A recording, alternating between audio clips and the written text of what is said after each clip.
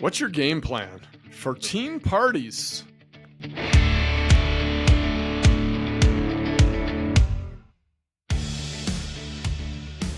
Once again, it's the power of clarity. Having a plan, helping your kids have a plan. It's what good coaching is all about. Yes, sir. This is a tough one because, this is something that matters a lot to kids. Going to their parties, their social things, they matter a lot. I'm squirming in my seat right now. Oh, you've been to a few parties in your time, haven't you? This is a squirmy, fidgety.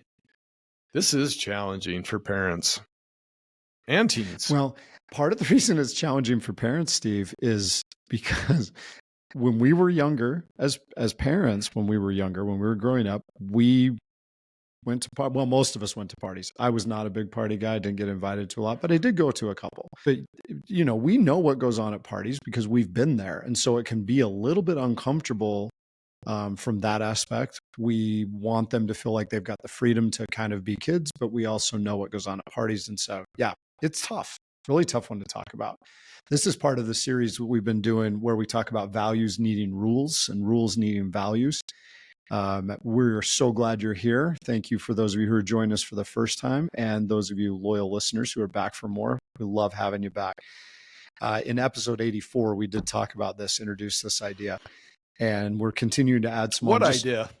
The idea of our values need rules and our rules need values, because really our rules that we have in our families and everything, they don't mean much if there's not values behind them. So understanding our values can help us make meaningful rules. And now we're going through some scenarios, like today it's teen parties. Last time it was homework situations, but today we're hitting parties. Ooh. Yep.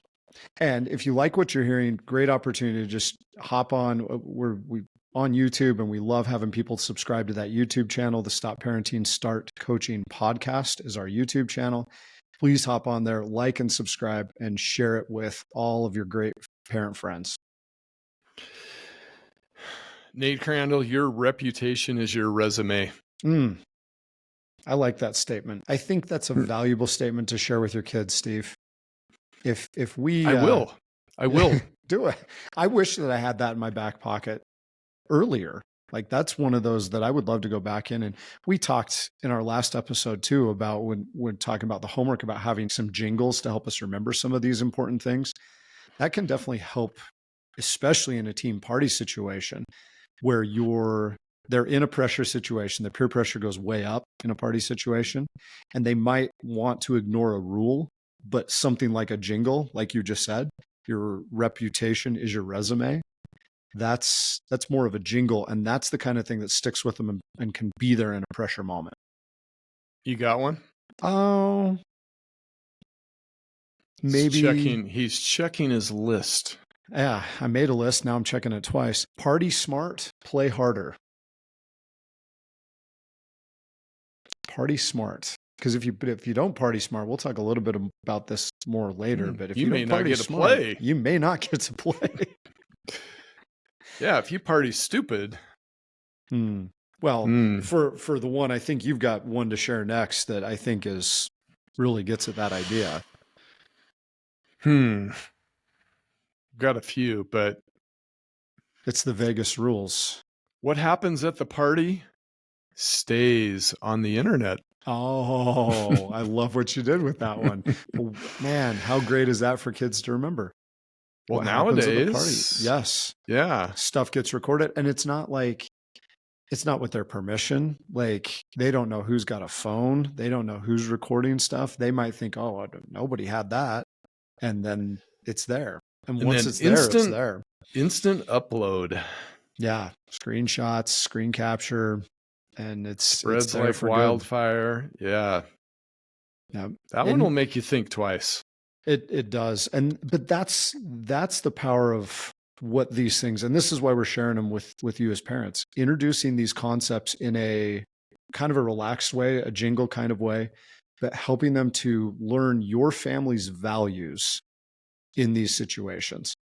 What is it that your family values? Yeah, because your rules are going to be a direct reflection of your values. Yep. And if the kids understand it, like if there's a why behind the rule, they're way more likely to sign off on it and hopefully follow it in the tough pressure situations they run into at parties. I got another one, a little Okay. jingle one. This one can get a little tough, but a great little jingle to share with your kids is that trust is earned in the dark. Trust is earned in the dark. Yeah. Let's think about that one for a second. Or do we want to think about that for a second? I think that's part of why this is a tough conversation to have, because as parents, you don't necessarily want to think about, but it's important to do it. Yeah. Nate, isn't it just easier to assume that your kids are going to be great all the time? That they know the values, they're going to handle peer pressure situations well.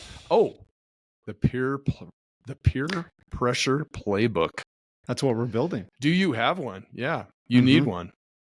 Yep. What's your peer pressure playbook? That's a lot of P's. You know, I love to have this conversation with teens. When I was teaching high school, we would talk about peer pressure, and we would push the tables and chairs away, and we would have boxing matches over this because they would say, I'm not affected by peer pressure. And I love to have conversations about that. And we would immediately talk about hair, clothes, music, any trends. And I said, you're really not affected at all by peer pressure? Yeah. Anyway, they didn't like those conversations. We really didn't have boxing matches, but the metaphorical boxing matches. We talked about having boxing matches. I want to wrap up that idea of trust is earned in the dark, though. I think it's every teen wants to be trusted more. They want to be trusted by their parents. And if they go into a situation, they're in a party situation where they could end up in a dark spot with somebody. And there could be a lot of pressure to do something that they know is against their family's values. Having that cue of trust is earned in the dark might help them to have the courage in that moment to stand up for those values and make a better decision. So it's a good one to remember. It is. Anything where you can encourage courage. Courage. Yeah, I love that. Yeah. So the most important thing for parents here, though, have these conversations. Have and make them laid back. Like, it can be kind of intense, but help coach them. Stop parenting and start coaching. Help coach them to be ready for when they go to these and they're going to have to make a tough decision on their own. Which leads me into our next segment. You said you're encouraging the parents to have conversations and to make them a little relaxed, a little more playful and casual, because you're talking about a really serious subject. And I think if you go in there and say, hey, these are the rules, and you come down with an authoritarian style, I think it just is going to make them more uptight. It's going to make it more uncomfortable. So along with maybe some of these jingles or having a little bit of fun talking about it, you and I both, we love the power of questions and inquiry. And we have some great questions, we think, for you as parents to have during this values, rules, as far as it's related to teen party conversation goes. And curiosity is a big part of this. I think you need to really involve the teen, don't you, Nate? You need to involve the teen and ask them, like, what have you seen? What's going on at parties? What's happening out there? Get their side of it rather than just you making all sorts of assumptions that may or may not be right. Yeah. And they may be reluctant to share what's going on because they may not want you to accuse them of stuff. And so the angle that I think a lot of the questions should take, and the great approach here is, I can force them to follow my rules, or I can help them create their own set of rules that reflects their values and who they want to be. And so my questions are designed to help get them to think about that and understand how they want to act. And they basically create their own rules. That's the angle to take here. I think people are really going to like these questions. They'll be useful. So you want to mark this spot and come back to it. so you can have some questions that you can go through with your teens. You want to start us off, or you want me to take the first one? I'll go. Yeah. If you were at a party, would you feel confident saying no to things that you know you should say no to? So Great would question. you feel confident saying no? Great question. And it leads to a lot of good follow-up questions too. Wherever they go with that, use the parent coach can jump in and do more. Great follow-up question, more for the parents now, is as a parent, have you ever role played any of these peer pressure scenarios with them? Well, if you're a drama family, if you're you can have some pretty dramatic interpretations of parties. But again, it's fun, and it helps them remember more how they want to act in those situations. Role plays are good. Mm-hmm. You and I do it with our clients during certain sessions, and it's very helpful. Yeah. A little awkward at times. I mean, you feel maybe a little silly, but boy, the end result is going back to the previous question, would you feel confident saying no? If they aren't, role playing is going to be a great way to help them to build some of that confidence. Practice builds confidence. Yeah. Because if they're saying no, you as a parent should ask yourself, how can I help them to increase their confidence to say no? And if they do feel confident, how can you make them even more confident? How can you support them in that and praise them for that? Okay. Are you more concerned with fitting in or sticking to your values? And this is that place you can insert that conversation. What are your values? Are your values going to be more important than fitting in that moment? Another great one to talk to them about: escape strategy. Party gets out of hand. They get in a situation that they don't want to be in. They know it's not right for them, for their values, and it's not who they want to be. You as a parent can be great. One of the greatest things I've heard, and I've heard several parents talk about this, and I think it's a wonderful strategy. The parent can always be the bad guy. And I love it when you've set up something with their kids where it's like, if you call me and ask a certain question, or if you call me, I'm coming and get you, no questions asked. You almost give them a get out of jail free card, where it's like, you call me to come pick you up from a party. I don't care what the situation is. I know you've made a good choice to get out of there, which is why you reached out to me. And whatever that needs to be, have that escape plan, because that can really help up your kid's confidence in that situation. I think that's almost should be almost an automatic one that you build in some shape or form. Mm-hmm. The next one's an interesting topic of conversation to have with your kids. If you want to hit them with how would you respond if a teammate or a friend made a bad decision in front of you? So you're at a party and they're making a bad choice. What's your response? This is maybe easy on paper. This is something definitely to be thought about in advance, I believe. You need to be prepared for this. What I love about this is it gets the kid to look at what might be a bad decision, but they're not the one making it. So it really allows them to look at it from a more neutral point of view, which helps them to be like, okay, well, if I saw a teammate do this, then this is how I would respond. And it puts them in a different and a cooler mindset for that. I love that question. I do too. This is a fun one.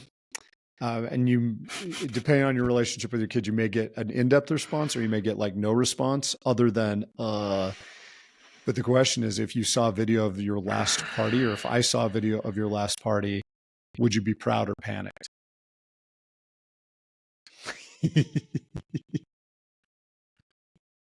And like, you don't have to ask follow-up questions with that. It's just, it's a chance for them to evaluate, be like, how am I showing up at these parties? What's the reputation I'm building that is my resume? The silence is deafening. Can be. Yeah. Okay, here's another one. Do you know the legal consequences of certain choices? You've got a good story about this one.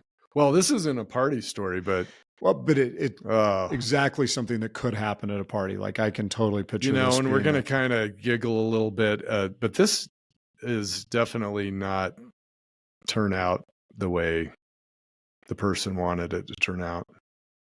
So, this is a long time ago, but we were in the middle of a high school basketball game. I was still coaching at the time, and all of a sudden I felt a whoosh of air go by me. I was looking down towards the other end of the court. We were getting ready to shoot some free throws, and somebody just ran right by me and continued on down the rest of the court and out of the gym. And the unique thing about the young man was that he was only wearing tennis shoes. That's the only thing he was wearing.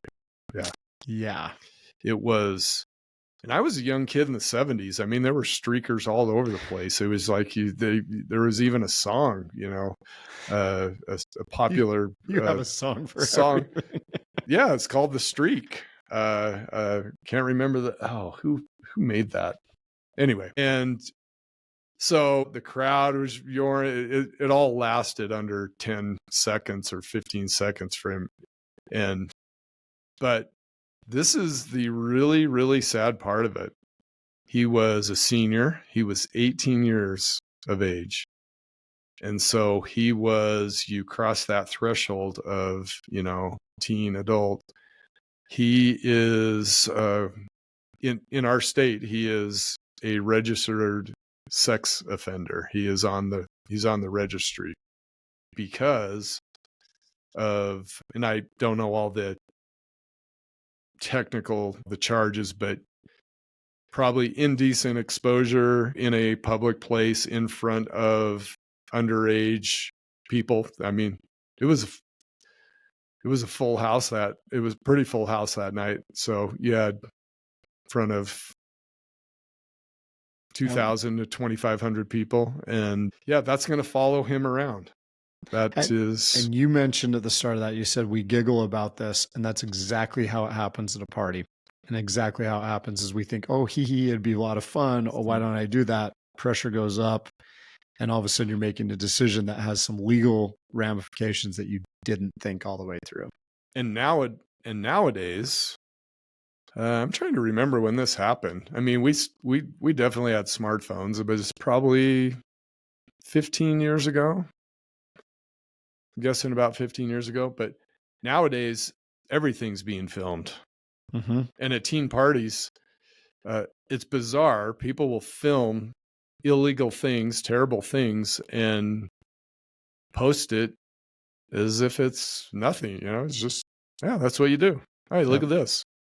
But this is the stuff that you got to discuss with your kids and help them develop strategies and help them to ask themselves, is this who I want to be? How do I want to build my resume of my reputation? Yeah. What happens at the party stays on the internet. Yeah. Okay. Here's I got one more, and then you can wrap us up. Cool. You know, we're talking about some of the negative stuff and things that happen that shouldn't happen. Here's a question to get you thinking in the other direction. How can you enjoy parties without compromising your values, your integrity? Yeah. That powerful question to get them visualizing what does a good productive party look like, where you can have a lot of fun, but you don't have to deal with the baggage that comes along with making poor decisions. Empowering your kids to make great decisions in a tough situation is what this is all about. We hope you have this tough conversation with your kids. This is what coaching is all about. Yeah. Okay. Finish off this party, and then we're gonna clean up and throw away the streamers and vacuum and tell everybody to go home. I just want to finish by expressing my confidence in our parents and remind them that this is worth having these conversations. Your family has values, things that are important to you, and talking to your kids about those family values and helping them craft rules to help them show up the way that they want to show up is one of the most important things you can do as their parent coach. On behalf of Steve Galli, I'm Nate Crandall, and we thank you, our loyal listeners, for tuning in to this episode. If you love what you're learning from the Stop Parenting and Start Coaching podcast, we would appreciate it very much if you would leave us a 5-star review and some glowing comments. We also encourage you to share this episode with your friends and family who are parents of athletes and performers. And if you want to explore further and see what Steve and I are creating to help thousands of parents, athletes, and performers, please visit our company's website at createtransformbecome.com. That's createtransformbecome, all one word, .com. There you'll find a growing number of resources to help you elevate your performance. Thank you again for your support, and we encourage you to create a magical relationship with your athlete and performer.